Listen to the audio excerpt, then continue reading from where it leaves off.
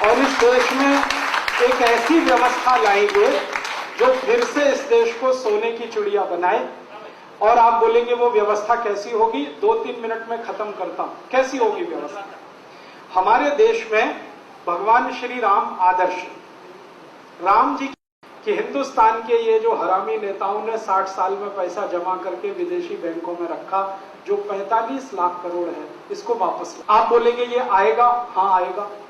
कैसे आएगा? ये ऐसे आएगा कि हमारी संसद में इसके लिए या तो कानून बनाना पड़ेगा या सुप्रीम कोर्ट में इसके लिए मुकदमा लड़ना पड़ेगा। हम सुप्रीम कोर्ट में जाने की तैयारी पहले कर रहे हैं। सुप्रीम कोर्ट में एक मुकदमा करेंगे हम शायद अगले साल 2009 में, नहीं तो 10 में तो करना ही। इस मुकदमे पे हजारों लाखों लोगों के हस्ताक्षर होंगे। वो मैंने कराए, 40,000 लोगों से हस्ताक्षर कराए, और भी जरूरत पड़ी तो कराऊंगा। सुप्रीम कोर्ट के सामने हम जाएंगे। नेताओं के बारे में हमारे पास जो जानकारियां हैं वो हम कोर्ट के सामने रखेंगे और कोर्ट को कहेंगे कि इन सब नेताओं को नोटिस देकर पूछिए कि इनके पास पैसा, ये देश का पैसा है, कोर्ट इनसे ले। या तो सुप्रीम कोर्ट करे, नहीं तो संसद में हमारी तैयारी है कि ऐसे 350 सांसदों को भेजना जो जाकर ये कानून बनाए कि 15 अगस्त 1947 के बाद इस देश का जितना धन विदेशों में जमा हुआ वो देश का धन है, राष्ट्र का धन है, नेशनल प्रॉपर्टी। जब कानून बने तो हम देखें कौन विरोध कर रहा है इसका। जो विरोध करे पक्का है उसी का पैसा स्विस बैंक में है, और जो विरोध करे उसका मुंह काला करके गधे पे बिठा के सर्कस निकाले पूरी दुनिया। तो अगर ये कानून पास होता है, कानून बनता है, 7 दिन के अंदर स्विस बैंकों का पैसा आ जाएगा, ये मेरी गारंटी है। क्योंकि स्विट्जरलैंड की बैंकों के साथ इस विषय पर 12 साल से मैं बात कर रहा हूं। वो सब तैयार है। वो कहते हैं कि आप अपना ब्लैक मनी यहां से ले लो, हम तैयार हैं। जर्मनी की बैंकों ने अभी सरकार को एक चिट्ठी भेजी थोड़े दिन पहले, वो टाइम्स ऑफ इंडिया में लीक हो गई और छपी। जर्मन की बैंकों में जितने नेताओं का पैसा, उन्होंने कहा कि हम 6 महीने का समय दे रहे हैं, या तो निकाल लो नहीं तो हम जब्त करेंगे सब।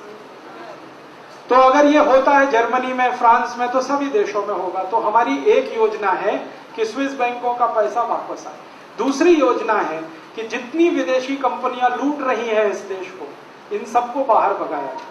और इसको भगाने की ताकत आप में है। आप उनका माल खरीदना बंद कर दो, विदेशी माल मत खरीदो, सबका माल बिकना बंद हो जाएगा, भाग जाए, वो पैसा बच जाए। 2 लाख करोड़ हर साल बचेगा, आप सोचो। तीसरी योजना ये है कि भारत का जो रुपया है और अमेरिका का जो डॉलर है, इसको बराबर करना है। अभी हमारा 40 रुपया 1 डॉलर है, हमको ये 1 रुपया 1 डॉलर करना है। आप बोलेंगे ये हो सकता है? बिल्कुल हो सकता है। ये 1 डॉलर 40 रुपया हुआ कैसे? ये 1947 15 अगस्त को 1 रुपया 1 डॉलर ही था। हमने तो 60 साल में जो कर्ज ले लिया अमेरिका और यूरोप से, उसके चक्कर में रुपया कम हुआ, डॉलर बढ़ गया। तो हमारी योजना है कि कर्ज वापस कर दो। कर्ज वापस करने के लिए धन कहां से आएगा? स्विस बैंक का पैसा जो हम राष्ट्रीय संपत्ति बनाएंगे, 45 लाख करोड़ है, उसमें से 18 लाख करोड़ का कर्ज दे देंगे। कर्ज देते ही रुपया और डॉलर बराबर आ जाएगा। रुपया और डॉलर अगर बराबर हुआ तो भारत की सारी संपत्ति अंतर्राष्ट्रीय बाजार में 40 गुनी बढ़ जाएगी एक झटके में। पता है क्या होगा? फिर यहां से आप न्यूयॉर्क जाएंगे और वापस आएंगे तो टिकट 750 रुपए का ही आएगा। अगर आपका बेटा या बेटी इंजीनियरिंग में आप पढ़ाएंगे, 10 से 12 हजार की पढ़ाई में वो 5 साल में IIT से बीटेक करके निकल आए। डॉक्टर बनाएंगे तो 20-25 हजार का खर्चा, माने आपकी जिंदगी का हर खर्चा 40 गुना कम हो जाएगा। सीधी सी बात। पेट्रोल अभी 52 रुपए लीटर है, फिर हो जाएगा लगभग 1.25 रुपए लीटर। डीजल अभी 36 रुपए लीटर है, डीजल हो जाएगा 80 पैसे लीटर। रसोई गैस का सिलेंडर अभी 350 रुपए का है, ये हो जाएगा लगभग 25 से 30 रुपए का। हर महंगाई का स्तर 40 गुना कम हो जाएगा। जब महंगाई 40 गुनी कम होगी तो आमदनी अपने आप 40 गुनी बढ़ जाएगी। तो हर भारतवासी जो आज 1 रुपए का मालिक है वो 40 का होगा, जो 1 लाख का मालिक है वो 40 लाख का होगा, जो 1 करोड़ का मालिक है वो 40 करोड़ का होगा, जो 100 करोड़ का है वो 4000 करोड़ का होगा। हर भारतवासी अपने आप अमीर होना शुरू हो गया। और रुपया और डॉलर जिस दिन बराबर हुआ उस दिन तो दुनिया में हमको कोई रोक नहीं पाएगा, हम सबसे आगे होंगे। आप जानते हैं क्यों? क्योंकि एक क्षेत्र ऐसा है हमारा जिसमें कोई मुकाबला नहीं कर सकता हमसे, खेती का क्षेत्र। खेती में हम गाय के गोबर और मूत्र से जो पैदा करेंगे ना धान्य, दुनिया में कोई नहीं कर सकता, क्योंकि किसी के पास गाय नहीं है जो हमारे पास है। देशी गाय हमारे पास है, सबके पास जर्सी और होलिस्टियन है, हमारे पास देशी गाय। देशी गाय के गोबर और मूत्र से ही धान्य पैदा हो सकता है, जर्सी से नहीं होता, क्योंकि उसके ना गोबर में दम है ना मूत्र में दम है, और दूध तो बिल्कुल बेकार है।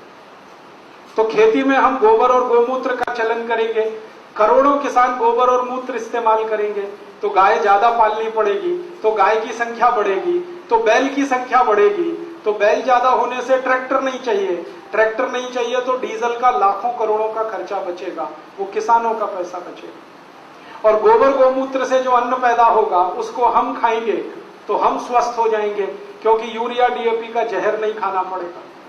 यूरिया डीएपी का जहर कम हुआ, गोबर गोमूत्र का अमृत खाने को मिला, तो बीमारियां ऐसे ही खत्म हो जाएंगी।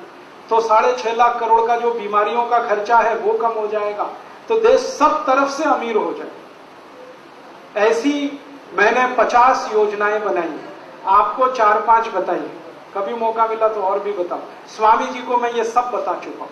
ये उन्होंने जब समझ लिया तभी उन्होंने कहा कि ये राष्ट्र चेतना का काम शुरू करो। ये जितना भी मैंने बोला है यही है जो राष्ट्र चेतना कार्यक्रम। आपने यहाँ जो बैनर देखा है, ये राष्ट्र चेतना में 50 काम हमें करने हैं।